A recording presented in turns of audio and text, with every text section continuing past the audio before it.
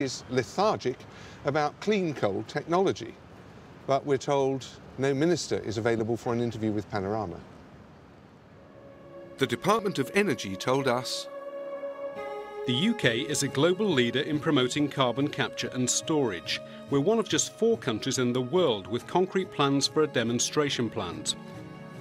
Ed Miliband is pushing for agreement on EU-wide financing to realise the EU's aim of having 12 CCS plants across Europe by 2015.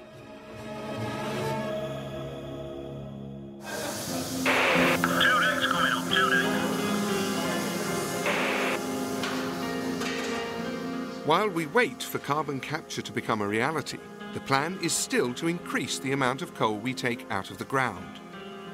Nearly 3/4 of the coal we burn is currently shipped in from Russia and South Africa, even Australia. But the government wants to secure the UK's energy supply. There are plans to open some new deep mines and extend the few we still have, including this one at Thoresby in Nottinghamshire. But the fact remains that open cast mining is far more attractive, both to the industry and politicians.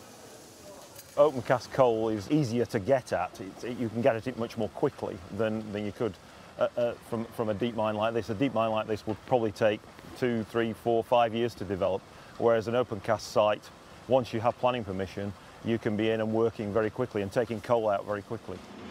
Where are we likely to see companies applying to open cast mine? Well, I think over the last 15 to 20 years, what you've seen is a lot of applications on brownfield sites. That stock of brownfield sites has now run down. There are a lot fewer than they used to be. So I think you're probably more likely to see applications on greenfield sites than you were in the past. Much of this expansion is expected to be on greenfield sites in Scotland, which has a long tradition of open cast mining. When the government has recently given the go-ahead for open cast coal mining on greenfield sites, is that in line with the policy on which you were first elected? No, I think it can only be described as a reversal of that policy. Is it a U-turn? Well, I don't know whether it's a U-turn, but it's certainly a turn for the worse. Even here at the Gibbside estate near Gateshead, the National Trust fears that it too could soon be a neighbour to open cast mining. The gardens here were created by the family of the late Queen Mother and form one of the North's finest landscapes. People really want a green space, a green oasis, somewhere where they can go for walks and feel safe, enjoy the wildlife and the views and the vistas. And literally a few hundred metres behind us on the hillside, we have the prospect of a major open cast coal mine. An open cast pit here would certainly form a spectacular contrast. This one at the Delhi site, just a few miles away in Northumberland, is twice the size of the proposed mine at Gibbside. Do you really think this can ever be regarded as environmentally friendly? Well, I believe that the proof is there in front of you in terms of the way that the operation is taking place. But it looks appalling. Well, beauty is in the eye of the beholder, of course. Well, you're not going to tell me this is beautiful. It is beautiful to some. As an engineer, I find this a very efficient operation. I like what I see in front of me. To the outside world, what we've got here is an operation that can't be seen, heard or felt by the outside world. The coal companies are at pains to point out that they do landscape the area once they've removed the coal. The scene spread out behind me is that of a water feature created from the remnants of a surface mining operation that was completed some 8 years ago by Banks Mining. The lake itself is a result of a mining operation that extended to some 50 metres in depth. That was where the great hole in the ground was? That's correct, yes.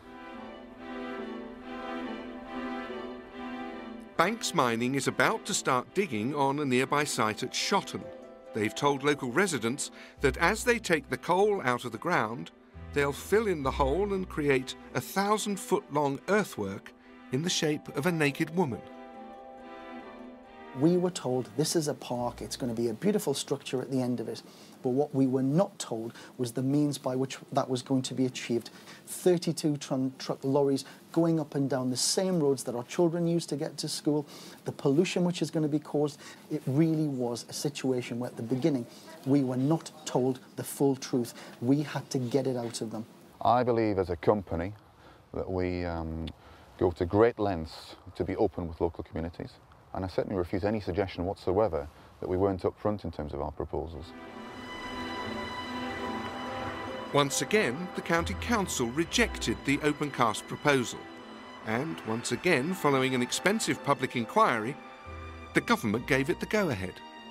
We were obviously very, very disappointed. It seemed to give very little weight to the potential damaging effects on the regeneration of the area, and the decision seemed to underestimate the environmental harm that we considered it would cause. Do you need the government to clarify exactly what it wants in respect of open cast mining?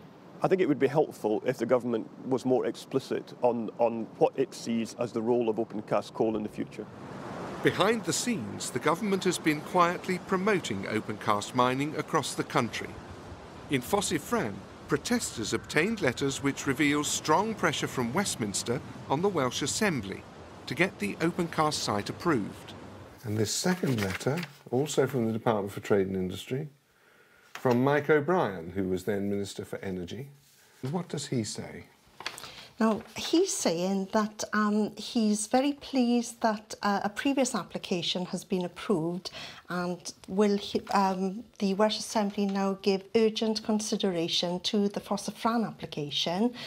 He's saying he understands that the concerns of the residents and the concerns of the environment, but unfortunately the need for coal outweighs those concerns. The government has a completely contradictory set of policies. On the one hand, it's encouraging us to try to reduce our consumption of fossil fuels by all means possible. On the other hand, it has an official policy to maximise the production of fossil fuels. So its policy on supply is totally out of sync with its policy on demand. I think the government now realises that the industry can operate in more sensitive areas, but I also believe now that the government recognises that coal is a vital fuel for the United Kingdom. Jerry Northam reporting, and the latest news is that the rise of open cast mining has some way to go yet. County councils are becoming increasingly reluctant to use taxpayers' money to oppose such projects for fear that Whitehall will simply overrule them and give them the go-ahead anyway. We know that